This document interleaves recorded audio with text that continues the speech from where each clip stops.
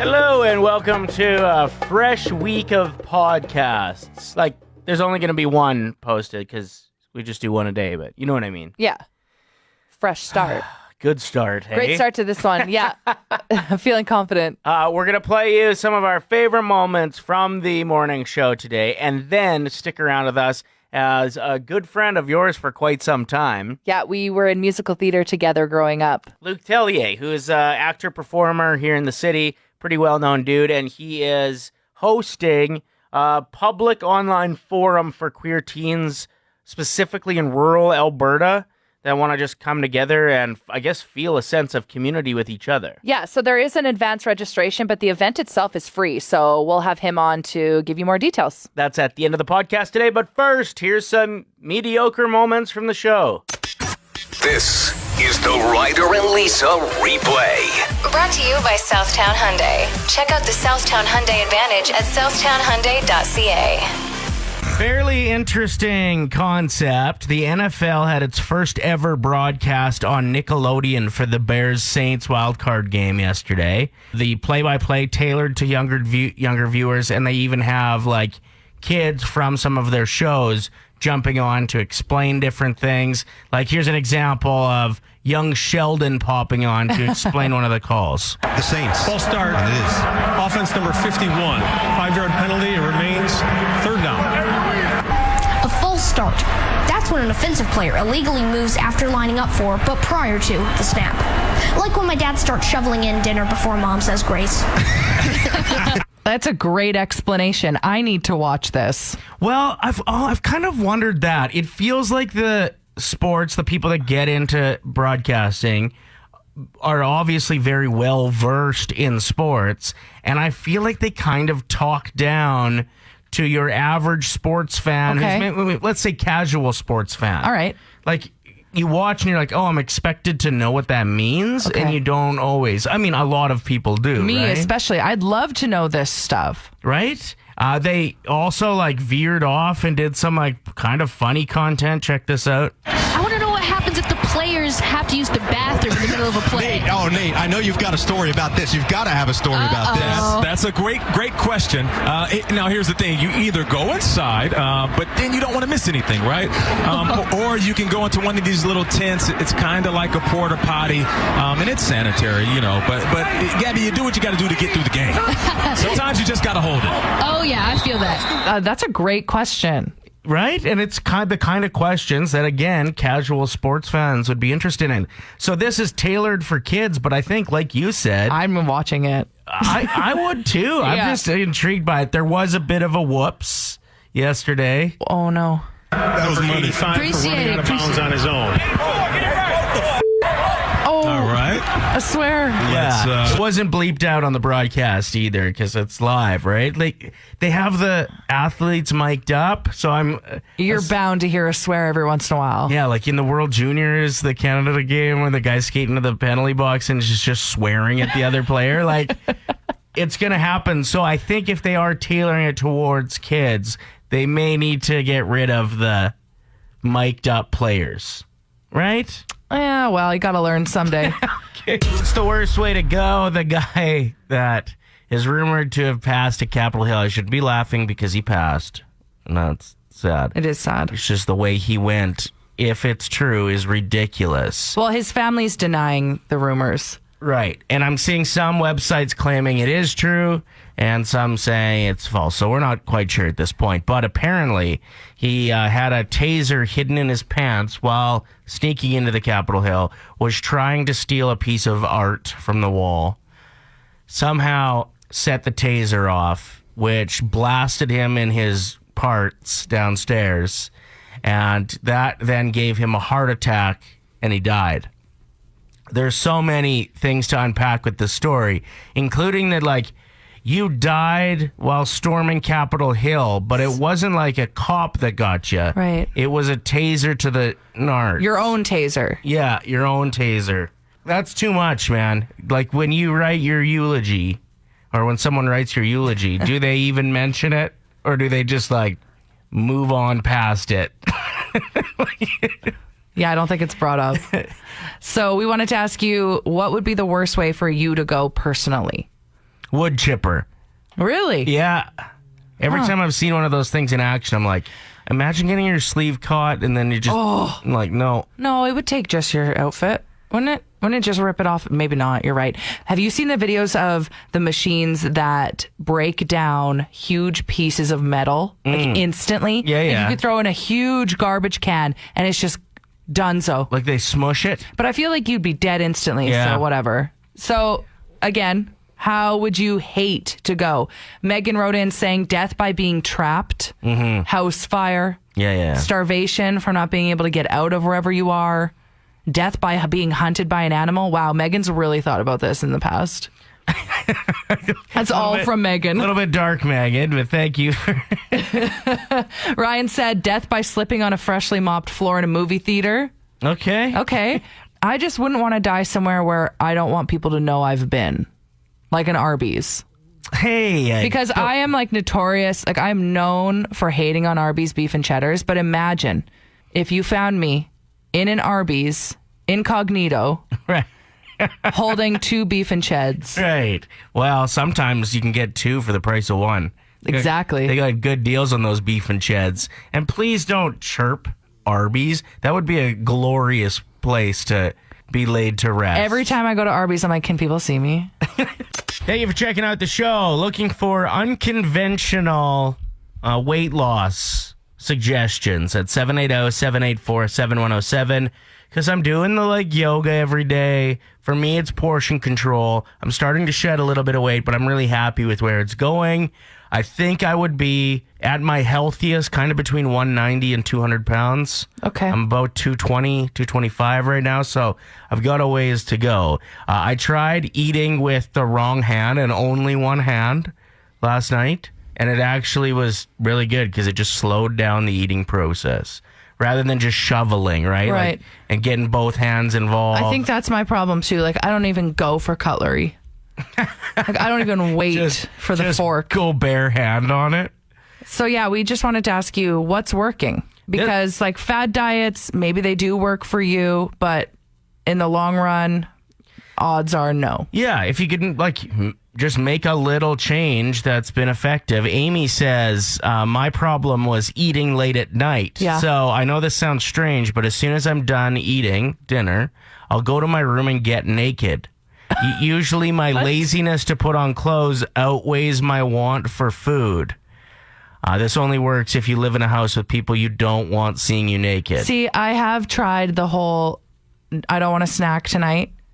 I'm just going to go to bed. Right. Immediately after dinner. 7:30. It doesn't help with calories burned that well. No, you're right. Aaron wrote in saying, I go for a 1-hour walk. I try and do it at least 5 times a week. And I've managed to lose 25 pounds just from walking. I still eat the same. The only thing I've reduced is the amount of chips that I eat. And how healthy is that mentally, too? I've been walking a lot more the last couple months. Oh, we've been so blessed with decent weather. Yeah. Knock on wood. And I just feel like mentally more sound than I have in years based on that, I think. Jason wrote in saying, use a smaller plate. See, I've tried this, but then I just stack higher. What do you got for us? First thing in the morning, have an 8-ounce glass of water with lemon juice. It boosts your metabolism. And if you're feeling hungry, 9 times out of 10, you're actually dehydrated. Yeah, I do believe that the majority of us don't get enough water. We are all dehydrated right now. If you're listening to me, this is a reminder you need water. Like now. Ryder and Lisa. On Play 107. Many psychologists believe that screaming is therapeutic in nature. Once you find the avenue to let everything you're feeling out, your brain automatically relaxes. Cool. That's the root behind yell therapy. We're getting you to yell about things. We love it, especially after the extended lockdown. Sometimes you just need to yell. 780-784-7107. Go ahead. I get hugging people! I'm a hugger! It sucks! You're a hugaholic? Oh, yeah. All right. Well, thank you for the call. You're up. I just want to be a degenerate with my god friends at music festivals. Good one. How'd that feel? honestly really good. All right, I'm glad to hear it. I can't wait to just party at a small venue, watch a local band. Imagine. Yeah. Whew. You got to yell it, though. Oh, sorry. No, it's too late. Too I'm not long? saying all that. Too long, didn't read. That was a run-on sentence. Too long, didn't read. I miss sipping and shopping. So true. Like, now that I'm thinking about it, Allie, all I want to do is sip and shop. I hate it. We go to Costco and you grab a coffee. It eases your nerves going into the grocery store waiting as you shop. Yeah, true that. You do that. You have to go on your way home, and then when you get home, your coffee's half cold because you have to unload your groceries or do whatever, and then you got iced coffee. Fire away. I miss play dates. These kids are driving me insane. Play 107. I'm fine. You need to stop having dairy in the morning. No, I'm not having dairy anymore. Why are you so phlegmy? No, that's just one. It's a one-off. Ew. It's actually like Phoebe Buffet. Oh, smelly when cat. She sings with the phlegmy voice, how she thinks it's sexier. Same. I actually watched that episode recently, and it made me anxious. So she walks into the coffee shop, and she's like, oh, I'm so sick. And Monica's like, you should go home. You shouldn't perform. I'm like, yes, go home. COVID. Quit using the microphone, Phoebe. Right. There's too many people around. I just got a phone call off air a few minutes ago, but I thought I'd play a little bit of it. It's kind of cool. Yeah. You ready for this? It's a very good friend of mine. So I got a question for you that we wanted to do in person, but COVID's probably not going to let that happen. Okay. And this is a slight endorsement of the quality of friend that you are, but also might be the only time I recognize your professional abilities. Okay. So we want to know, will you MC our wedding? Yes, I would love to. Awesome. So that's going down next November. Plenty of time to plan the roast of that guy. How many weddings have you emceed? This will be the 27th. Unless it could be the 28th if I get asked to do another one over the summer. You might need to send out a mass text at some point when you're announcing your retirement. Because how do you say no? Yeah. You can't say no. You can't be like, nah, I'm good. I think I'll pass. Here's what I dislike the most about emceeing weddings is I put in probably 10, 15 hours of work. Uh-huh.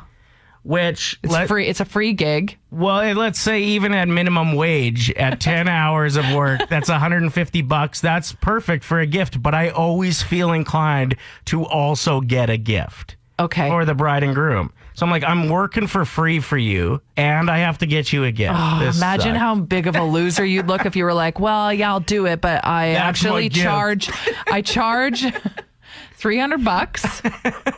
that I will give back in gift form. Now, maybe there's some people listening right now that are about to MC a wedding or they're getting married. What is your go-to line at a wedding that always wins over the crowd? Because you've got to have one. I don't want to give up my gold. Come on. The one that the crowd seems to like a lot is when I start, I always say, welcome to the pre-consummation portion of the evening. And it takes people a couple seconds to figure out what I just said. Right. And then it's kind of the slow laugh. If anybody is ever emceeing a wedding and needs some pointers, I guess I'm well practiced at it Ryder now. just uses the same script but changes the names. He just crosses them out. I actually do if I know that nobody's been at the wedding. Are you serious? And so in the past once, I did a wedding for a bartender buddy of mine in Red Deer, and the crowd was all 3/4 lit by the time I got there, and I couldn't miss. Everything I said, the crowd was going nuts for. So I took that script, like you said, pretty much changed the name for this small town wedding that I did in Lloydminster. It was a bunch of like farm community people, and like none of the jokes landed. Ugh. It was so frustrating. But I guess that's the best tip is know your audience. There you go. The second best tip is try to get some phlegm going. Ew. The ladies love it. Thank you for checking out the show. It is time for Lisa's Sports Minute, where she'll break down everything that's happening in the sports world. Well, first, I'd like to start with the Tiger Woods documentary. It is now available. Part 1 is, Part 1, and what I have learned is Tiger Woods has daddy issues. Yeah, his dad. They don't portray his dad real great in that show. Not the best. If you're a big hockey fan, of course you are. The season opener for the Oilers goes Wednesday, puck drop 8 p.m., a.k.a. way too late. And the season opener for the Flames, Nobody they cares. play... Okay. What else? Football. A huge weekend in the NFL. Was it? Yeah. Have not been following. Listen, the only way I'm enjoying football is if I'm fans in the stands, right? Perched up at the wood at a bar with a pint of Bud Light, side of clam, and chicken wings. Okay. I thought you were going to say, like, you enjoy more when there's actual fans there. A lot of people missing that. Yeah, I don't care about that. Okay. The Bills beat the Colts. Yes. The Seahawks lost, I know that, to the Rams. That's right. Wow. Yeah. Tom Brady's new team played. He played not for the Patriots anymore. So, correct. And they lost. No, they won. Oh, they won. Tampa Bay Lightning. Nope, that's their hockey team. Come on. Tampa, is it an animal? Nope. Is it something that's strong? The Tampa Bay... Not, if it has vegetables. Really weak if not. If it has vegetables. Rabbits. The Tampa Bay Rabbits. The Buccaneers. They're pirates. See, I would have never known that. I didn't even know that was their team name. And they're a big upset in the game last night. Oh, yes. Someone got COVID. Yes? Yes. The coach for Cleveland. Oh, the Cleveland Steamers. No. What is their team name? Cleveland Stevens. No. The Cleveland Stevens. No, but that should be their name. You think there's a team name called the Stevens? The Cleveland Stevens. Big upset. Someone got COVID. The Browns is the Cleveland team. Well, same thing. So I'm so embarrassed. Yeah, they beat Pittsburgh, yeah. Oh, yes, the Pittsburgh Steelers. Yeah! Play 107. Complaint Corner, 780-784-7107. This text says, when people are using their phone and have the sound on full blast when they're typing, fair enough. We'll put it on the list. That is a good one. Okay, saw this morning and it upset me instantly. Dark roast is back at Tim Hortons. Listen, if you like it, that's fine. But I have a feeling that when they run out of the regular roast, they just start serving the dark roast. And I don't like the taste of it. You think they get more loose with their, brewing techniques? If it's busy, wouldn't you just pour someone a dark roast? Rather than go up and be like, hey, so... We need to brew a fresh pot. No. So, anyway. My complaint has to do with grocery shopping. That there are still places that have the change-powered carts where you need to put in a loonie. What's wrong with that? Well, number one, I don't carry change anymore. Number two, I really don't want to be fiddling with change and slamming my thumb into things that other people are touching. Come on, we got to come up with a better system for this. If people would just put their carts back properly, we wouldn't have to worry about it. I want to know if I'm alone. Am I the only one on this planet that gets cart anxiety? For example, Home Depot, very hard to release from the other carts. Okay. And when you can't figure it out, you feel like everyone's staring at you, and then you just give up. So you just carry two baskets and your arms and they're hurt. so full, so you start kicking one across the grocery store because you can't lift it anymore. I can't be the only one that has cart anxiety. Hold on. You're worried that people will be looking at you trying to dislodge a cart. Trying to get it out. You're shaking it. But you're not worried about kicking a loud handheld You got to do what you got to do at that point. Ryder and Lisa, you have a bit of an issue. Well, I see these headlines like Megan Fox and Machine Gun Kelly party with their friends in Vegas, and it's like a group photo of them with 8 other people. When did they run? What do you mean? When did they run for politics? Why do they get to do that? Why aren't they wearing masks? Are they MLAs? It just bugs me so much. Whereas I'm over here, and when I post a picture of, let's say, my niece, which I did last night.